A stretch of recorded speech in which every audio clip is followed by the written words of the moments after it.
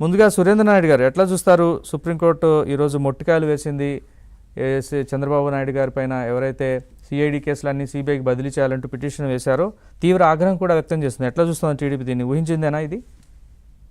Sir, ముందుగా మీకు ప్యానల్లో ఉన్నటువంటి పెద్దలు సుబ్బారావు గారికి, అదేవిధంగా ఏబిఎన్ న్యూస్ వీక్షిస్తున్నటువంటి ప్రేక్షకులందరికీ కూడా నమస్కారాలు తెలియజేసుకుంటూ. నమస్కారం సార్. సార్, ఇది ఎట్లుందంటే ఈ వైసీపీ వాళ్ళ డ్రామా ఎలా ఉందంటే, నేను దొంగ అయిపోయినా అందరూ కూడా దొంగలు అయిపోవాలా, అందరి మీద దొంగగా ముద్ర వేయాలా. ఇతను ప్రజల సొమ్ము 1,00,000 కోట్లు తండ్రి అధికారాన్ని అద్దం పెట్టుకొని దిగమింగేసి గత 5 సంవత్సరాలు అది సాలకుండా గత 5 సంవత్సరాలలో దాదాపు 2,00,000 కోట్ల రూపాయలు ఇతను ప్రజా సొమ్ము దిగమింగేశారు. మనకు తెలియని గమ్మత్తైన విషయం ఏమంటే, ఇతను అధికారంలోకి రాకముందు ఎంతమంది ముఖ్యమంత్రులు ఉన్నారో వీళ్ళందరూ కలిపి 2,00,000 కోట్లు అప్పు చేస్తే ఇతను ఒక్కటే 5 సంవత్సరాలలో 8 లక్షల కోట్ల అప్పు చేశాడు.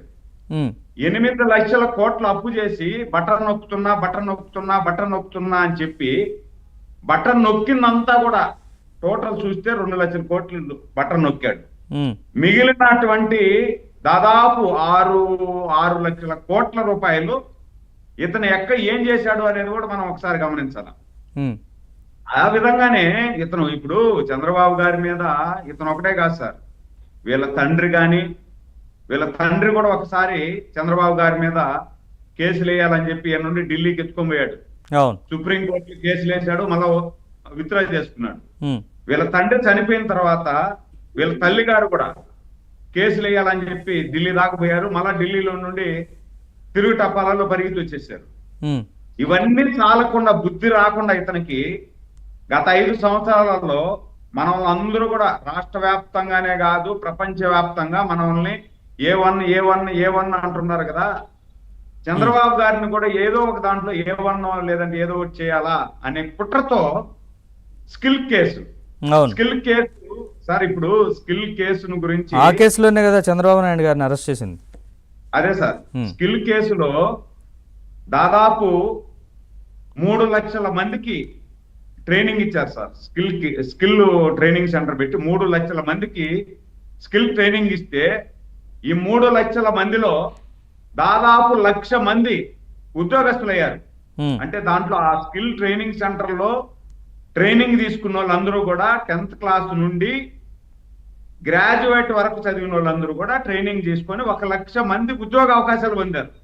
ఉద్యోగ అవకాశాలు పొంది ప్రపంచ వ్యాప్తంగా ఇతర దేశాలలో అందరూ కూడా 1,00,000 రూపాయల పైన జీతం తీసేవాళ్ళు ఉంటారు. ఆ కేసులో ఈ పనికి మాలిన ముఖ్యమంత్రి జగన్మోహన్ రెడ్డి చంద్రబాబు గారి మీద పెట్టి 53 రోజులు జైల్లో పెట్టాడు. 53 రోజులు జైల్లో పెట్టి కనీసం ఛార్జ్ షీట్ వేయలేకపోయాడు.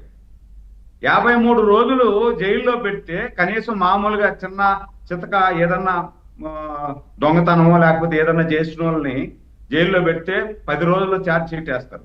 అది పెద్దలు సుబ్బారావు గారు ఉన్నారు, ఆయనకి ఇంకా బాగా తెలుసు, స్వయాన ఆయన లాయర్ కాబట్టి. వాళ్ళని ఛార్జ్ షీట్ వేసేస్తారు, ఆడికి కోర్టుకు అప్పగిస్తారు.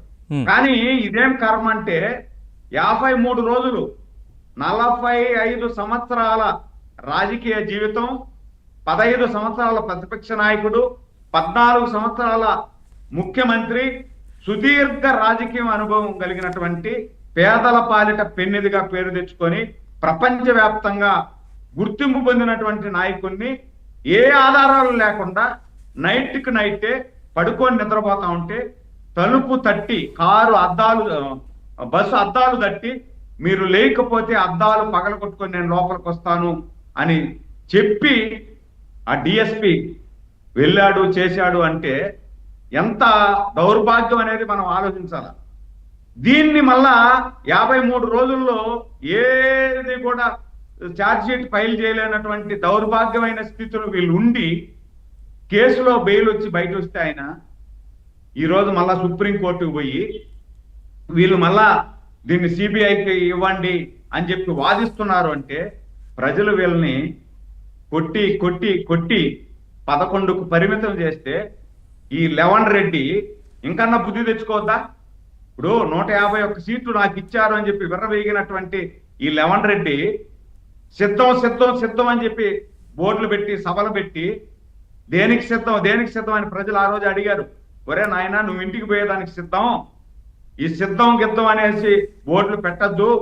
ఈ సిద్ధం బోర్డులు కూడా ప్రజాధనాన్ని ఉపయోగించి ప్రజల డబ్బు దోసేసి నువ్వు బోర్డులు పెడుతున్నావు, నువ్వు సిద్ధంగా ఉండు, ఇంటికి పోదువు అని చెప్పి ప్రజలు చెప్తే ఈ పనికి మాలినోడు అది ఆలోచించుకోకుండా గౌరవ ప్రతిపక్ష నాయకుడు ఈ రోజు గౌరవ ముఖ్యమంత్రి చంద్రబాబు గారిని నిష్కారణంగా జైల్లో పెడితే కట్ చేస్తే 151లో ప్రజలందరూ కూడా మధ్యలో 5 ఎత్తేసారు. 5 ఎత్తేస్తే 11కు పడ్డాడు. 11కు పడిన తర్వాత సిగ్గు లజ్జ ఉంటే ప్రజలు మనకి తీర్పు ఇచ్చాడు, మనం ప్రజల కోసం పనిచేద్దాం. నీకు ఒకవేళ నిజంగా రాజకీయం చేయాలా, ప్రజలకు మంచి చేయాలా అనుకుంటే అసెంబ్లీకి వస్తావు, అసెంబ్లీలోకి వచ్చి ఏదన్నా సూచనలు ఇస్తావు. అది అసెంబ్లీలోకి రావు, సూచనలు ఇవ్వు, ఇక్కడ ఉండవు. ఒక్క రోజు ఏడుంటే 8 రోజులు 7 రోజులు యలహంక ప్యాలెస్ లో ఉంటావు. నీకెందుకు రాజకీయ